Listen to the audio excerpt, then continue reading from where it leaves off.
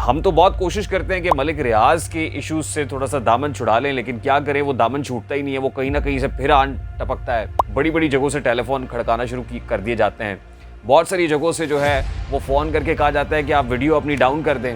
جو باتیں ہم کر رہے ہیں بیان ہی ویسی ہی باتیں اب عمران خان صاحب کے جو رفیق کار ہیں، جو ان کے قریب رہے ہیں، وہ بھی رازوں سے پردہ اٹھانا شروع ہو گئے ہیں۔ 13 جرنیلوں کی جنرل ہیڈ کوارٹرز راولپنڈی میں عاصم منیر سے ملاقات ہوئی ہے، اور اس ملاقات کے بعد ہی عمران خان کو یہ کہنے کی نوبت آئی کہ میں نے اسٹیبلشمنٹ اور آرمی چیف سے بات چیت کی بہت کوشش کی۔ بہت سے لوگ یہ سوال کرتے ہیں کہ عاصم منیر صاحب یہ پولیٹیکل رول کیوں پلے کر رہے ہیں جب یہ کہہ دیا کہ فوج نیوٹرل ہے۔ اس کا جواب بھی انہی لوگوں کو جو ان کے پاس ملاقات کے لیے پہنچے وہ دے دیا گیا۔ تو یہ وہ لوگ تھے جن کا واٹس ایپ گروپ پکڑا گیا ہے، اور واٹس ایپ گروپ کے اندر شامل یہ لوگ اسٹیبلش ہو گیا ہے کہ سانحہ 9 مئی کے بنیادی کردار ہیں، بنیادی کرداروں میں سے ایک ہے، اور الٹیمیٹلی یہ معاملہ پہنچتا ہے عمران خان تک۔ انٹینسٹی اتنی زیادہ ہے کہ کوئی بھی ریلیکسیشن دینے کو تیار نہیں، خاص طور پہ عاصم منیر صاحب۔ السلام علیکم میرے سادہ سے پاکستانیوں، میرا نام ریحان طارق ہے اور آپ میرا یوٹیوب چینل اور فیس بک پیج دیکھ رہے ہیں۔ 13 جرنیلوں کی جنرل ہیڈ کوارٹرز راولپنڈی میں عاصم منیر سے ملاقات ہوئی ہے، اور اس ملاقات کے بعد ہی عمران خان کو یہ کہنے کی نوبت آئی کہ میں نے اسٹیبلشمنٹ اور آرمی چیف سے بات چیت کی بہت کوشش کی۔ وہ سمجھتے ہیں کہ میں اکیلا رہ گیا ہوں، تنہا رہ گیا ہوں، کمزور ہو گیا ہوں۔ یعنی یوں سمجھیے کہ عمران خان صاحب اب تھکے ہارے ہیں، فسردہ سے ہیں، چہرے سے تھکاوٹ کے آثار نمایاں ہیں، اور لہجے میں بھی تھکان ہے۔ وہ بات چیت کرنے کی تمام تر کوششیں بے سود ثابت ہوئی ہیں۔ 13 جرنیلوں میں کون شامل تھا؟ جا کر آرمی چیف عاصم منیر صاحب سے کیا بات کی ہے؟ عمران خان سے کون این آر او مانگ رہا ہے؟ اور کیا دال گلتی بھی نظر آ رہی ہے؟ کوئی ڈیل ہو گئی ہے؟ ڈھیل مل جائے گی؟ اس سارے معاملے پر آج کے ولاگ میں بات کریں گے، لیکن میں کیا کروں، ہم تو بہت کوشش کرتے ہیں کہ ملک ریاض کے ایشوز سے تھوڑا سا دامن چھڑا لیں، لیکن کیا کریں، وہ دامن چھوٹتا ہی نہیں ہے، وہ کہیں نہ کہیں سے پھر آن ٹپکتا ہے۔ پھر ملک ریاض کی بات مجھے کرنی پڑ جاتی ہے۔ ویسے تو میں ملک ریاض کی کچھ بات کروں تو بڑی بڑی جگہوں سے ٹیلی فون کھڑکانا شروع کر دیے جاتے ہیں، بہت ساری جگہوں سے جو ہے وہ فون کر کے کہا جاتا ہے کہ آپ ویڈیو اپنی ڈاؤن کر دیں، یا اس ویڈیو کو آپ چھوڑ دیں، نہ کریں، اس پہ بات ہی نہ کریں۔ میں آپ کو بتا نہیں سکتا کہ ایسے ایسے لوگ واٹس ایپ پہ ٹیکسٹ میسج کر کے یہ کہتے ہیں، اور ایک نہیں ہے، کئی ایسے لوگ ہیں۔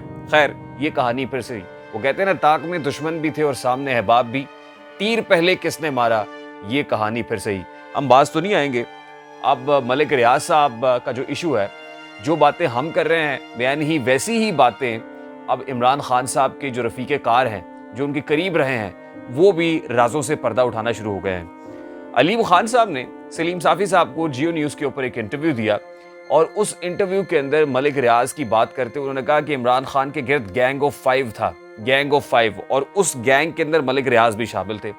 ملک ریاض کس طرح سے رشوت دیتے تھے، بشرا بی بی کو پیسہ کیسے پہنچتا تھا، اور اس کے بعد ملک ریاض صاحب نے القادر ٹرسٹ کیس کے اندر پرٹیکولرلی جو جواب جمع کرایا تھا وہ یہ تھا کہ میں نے بغیر کسی لالچ، بغیر کسی جو ہے رشوت، اس کو نہ سمجھا جائے، اس میں کوئی حرص کا ایلیمنٹ شامل نہیں تھا، بلکہ میں نے ایسی توفتاً پیسے دے دیے تھے۔ اور پھر ہم نے سنا ہے آڈیوز بھی بہت ساری ایسی تھی جس کے اندر ہیرے کی انگوٹھیوں کا ذکر کیا جا رہا تھا، ملک ریاض کی صاحبزادی اور ملک ریاض کی ٹیلی فونک کانورسیشن بھی تھی جس میں فرح گوگی کا نام لیا جا رہا ہے، اور پھر بشرا بی بی تک فرح گوگی کے ذریعے سے کس طرح ہیرے کی انگوٹھی اور ہیرے کے ہار پہنچائے جاتے تھے، اور ایک بار نہیں متعدد بار ایسا ہو رہا تھا۔ اور علیم خان صاحب یہ کہتے ہیں کہ جب ہم بشرا بی بی کی بات کرتے تھے تو کہا جاتا تھا کہ یہ ہماری ریڈ لائن ہے، اس ریڈ لائن کو کراس نہ کریں۔ اور پھر اس میں یہ انکشاف بھی ہوا ہے کہ آج at this point in time Imran Khan صاحب اگر باہر نہیں جا رہے ہیں تو وہ بھی کالے جادو کا اثر ہے۔ وہ کالا جادو ایسا ہے کہ جو عمران خان صاحب کے سر پہ چڑھ کے بول رہا ہے اور باہر نہیں جانے دے رہا۔ 3 سال ہو گئے ہیں، بیٹے صاحبزادے تو عمران خان سے ملنے کے لیے لاہور پہنچ گئے، لیکن عمران خان یو کے نہیں پہنچے، اور اس کی بنیادی وجہ ہے، اور اس کی وجہ بھی یہ ہے کہ بشرا بی بی بھی اس وقت she is like fish out of water, وہ بھی کیسز کا سامنا کر رہی ہیں۔ آج 19 تاریخ ہے، اعظم خان کو نیب نے بلایا ہوا ہے، لیکن اس سے پہلے ہی کہیں اور سے اعظم خان کا بلاوا آیا ہوا تھا، وہ گمشدہ ہے، تلاشی گمشدہ کا اشتہار لگا ہوا ہے، لیکن کہاں ہے یہ ہم نے آپ کو بتا دیا تھا۔ کل بشرا بی بی کو نیب میں پیش ہونا ہے، اور اس کے بعد 21 تاریخ کو عمران خان کو نیب میں پیش ہونا ہے۔ تو بشرا بی بی کیسے جانے دے سکتی ہے عمران خان کو کہ جب ان کو پتہ ہے کہ میں خود پیچھے سے پھنستی ہوں؟ وہ کالا جادو کہیں، وہ سرگوشی کہیں، کوئی کان کے اندر جو بھی ہے، لیکن دونوں کے درمیان ایک ڈیل تو چل رہی ہے۔ اور میں نے آپ کو بتایا تھا کہ الٹیمیٹلی یہیں پہ یہ بون آف کنٹینشن بنیں گے. یہ جو کرپشن کے کیسز ہیں بون آف کنٹینشن بنیں گے اور ایک دوسرے کے بال نوچتے ہوئے آپ کو یہ ملیں گے. بہرکیف اس پہ مجھے زیادہ بات نہیں کرنی ہے کیونکہ آج کی جو امپورٹنٹ انٹرسٹنگ اور کرسپی سٹوری ہے وہ 13 جرنیلوں کی جنرل ہیڈ کوارٹرز میں عاصم منیر صاحب سے ملاقات ہے. اب عاصم منیر صاحب سے ملاقات میں کیا کہا گیا اور کیا جواب آیا ہے اس کو سمجھنے کے لیے ذرا وہ اس سٹوری کی طرف واپس جاتے ہیں جو ہم نے 4 جرنیلوں کے واٹس ایپ گروپ کی سٹوری ریویل کی تھی. اچھا, اس میں 4 جرنیل کون تھے؟ پہلا تو جنرل ظہیر الاسلام تھے, دوسرا جنرل فیض حمید تھے, تیسرا جنرل امجد شعیب تھے اور پھر احمد شجاع پاشا. ظہیر الاسلام سالہ 9 مئی کے ماسٹر مائنڈ بتائے جاتے ہیں. فیض حمید صاحب جو اس لیے اس سارے معاملے کی پشپنائی کر رہے تھے کہ ان کو یقین تھا کہ عمران خان صاحب اگر دوبارہ آ جاتے ہیں اقتدار میں تو ان کو صدر مملکت بنا دیں گے. اسی طرح ظاہر ہے سب کا اپنا اپنا انٹرسٹ تھا اور امجد شعیب صاحب کا تو آپ کو پتہ ہی ہے. یہ سارے ریٹائرڈ جرنیل خود کو پاک فوج کا سب سے زیادہ محب وطن یوں کہیے کہ سمجھتے ہیں, سب سے زیادہ عمران خان صاحب کے سکے سمجھتے ہیں. اور یہ لوگ واٹس ایپ کے ذریعے کس طرح سے میسیجز دے رہے تھے, انسٹرکشنز دے رہے تھے, خاص طور پہ جنرل ظہیر الاسلام کہ جن کا یہ برین چائلڈ ہے, جن کا یہ پروجیکٹ ہے, جو اس پروجیکٹ کو اپنے بیبی کے طور پہ ٹریٹ کرتے ہیں اور اس کی آبیاری بھی کر رہے ہیں. تو یہ وہ لوگ تھے جن کا واٹس ایپ گروپ پکڑا گیا ہے اور واٹس ایپ گروپ کے اندر شامل یہ لوگ اسٹیبلش ہو گیا ہے کہ سانحہ 9 مئی کے بنیادی کردار ہیں, بنیادی کرداروں میں سے ایک ہے اور الٹیمیٹلی یہ معاملہ پہنچتا ہے عمران خان تک. اب وہ 13 جرنیل جو جنرل ہیڈ کوارٹرز کے اندر پہنچے اس میں سے ایک جرنیل کا نام خالد مقبول ہے. خالد مقبول وہی ہیں جو پنجاب کے گورنر بھی رہے ہیں.